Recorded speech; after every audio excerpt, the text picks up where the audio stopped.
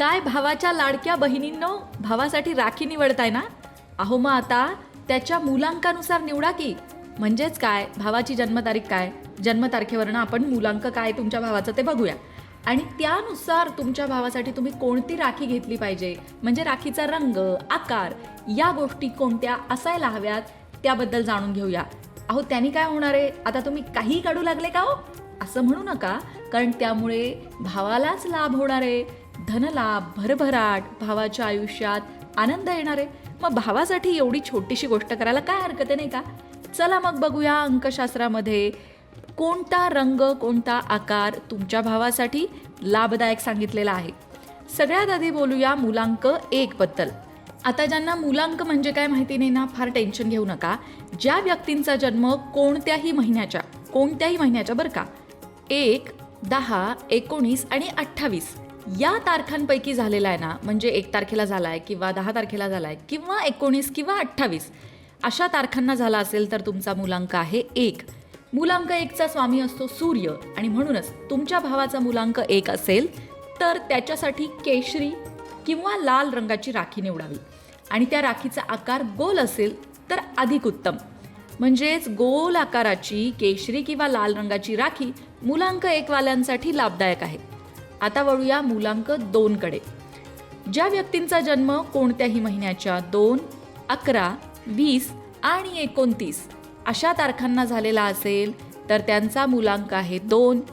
या मुलांकाचा स्वामी आहे चंद्र आणि तुमच्या भाऊरायाचा मुलांक 2 असेल तर बहिणींनी पांढऱ्या किंवा चंदेरी किंवा क्रीम रंगाची राखी निवडावी आणि आकार कसा असावा, गोल चालेल, ओव्हल शेप सुद्धा चालेल.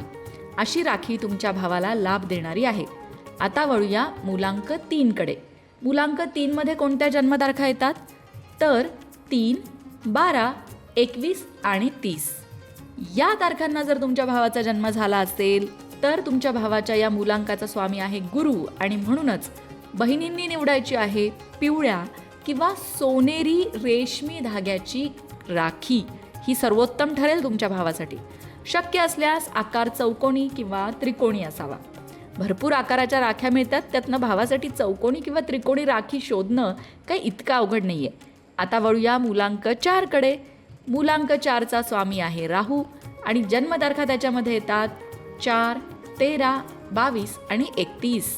आता जर तुमच्या भावाचा मुलांक 4 असेल तर त्याच्यासाठी जांभळ्या रंगाची किंवा इलेक्ट्रिक ब्लू रंगाची राखी निवडणं शुभ मानलं जातं. भावासाठी अनोख्या आकाराची राखी निवडा, पण त्यामध्ये षटकोनी आकाराची राखी जर तुम्हाला मिळाली तर ती तुमच्या भावासाठी खास ठरेल.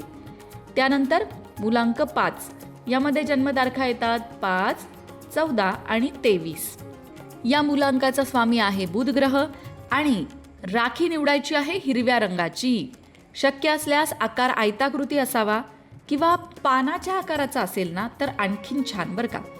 आणि जर नाही मिळाला आयताकृती किंवा पानाच्या आकाराचा तर ओव्हल शेप सुद्धा घेऊ शकता.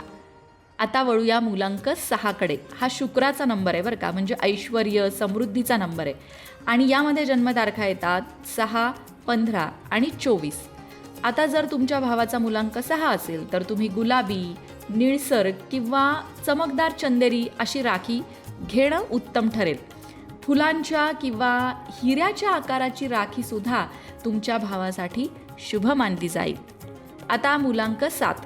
मुलांक 7 मध्ये जन्मतारखा येतात 7, 16, 25 आणि स्वामी आहे केतू ग्रह. त्यामुळे तुमच्या भावासाठी फिकट हिरवा रंग किंवा ऑफ व्हाईट कलर किंवा बहुरंगी राखी, म्हणजे वेगवेगळ्या कलर्सची एकत्र मल्टी कलरची राखी असते ना, तशी सुद्धा चालणार आहे. आणि कोणत्याही वेगळ्या आकाराची राखी तुम्ही जर निवडली, म्हणजे जे नॉर्मली आकार असतात ना, गोल, चौकोनी, आयताकृती, त्यापेक्षा जरा हटके काही आकार तुम्हाला मिळाला तर या नंबरसाठी ते चालणार आहे. आता वळूया मुलांक 8 कडे. यामध्ये जन्मतारखा येतात 8, 17, 26. स्वामी आहे शनी आणि म्हणूनच निळ्या किंवा गडद निळ्या रंगाची राखी बांधणं शुभ राहील. आकार अर्थात चौकोनी हवा. मुलांक 9. यामध्ये जन्मतारखा येतात 9, 18, 27 आणि यांचा स्वामी आहे मंगळ. लाल मंगळ ग्रह. म्हणूनच लाल रंगाची राखी, गडद लाल रंगाची राखी किंवा मरून रंगाची राखी बांधणं उत्तम. त्रिकोणी आकार असेल तर आणखी उत्तम.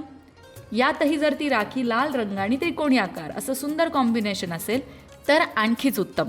तर मंडळी, अगदी छोटीशी गोष्ट आहे. भावासाठी आता राख्या घ्यायला तुम्ही जाणारच आहात, तर त्याचा मूलांक काय, त्याची जन्मतारीख काय याचा थोडासा विचार करा. त्याप्रमाणे राखी निवडा. भावाचं कल्याणच कल्याण. अशाच प्रकारच्या माहितीपूर्ण व्हिडिओंसाठी लोकमत भक्ती चॅनलला सबस्क्राईब करा आणि बेल आयकॉनवर सुद्धा क्लिक करा, म्हणजे आमच्या नवनवीन व्हिडिओचं नोटिफिकेशन तुम्हाला मिळत राहील. तसंच योग्य आध्यात्मिक मार्गदर्शनासाठी लोकमत भक्तीच्या फेसबुक पेजला फॉलो करायला विसरू नका.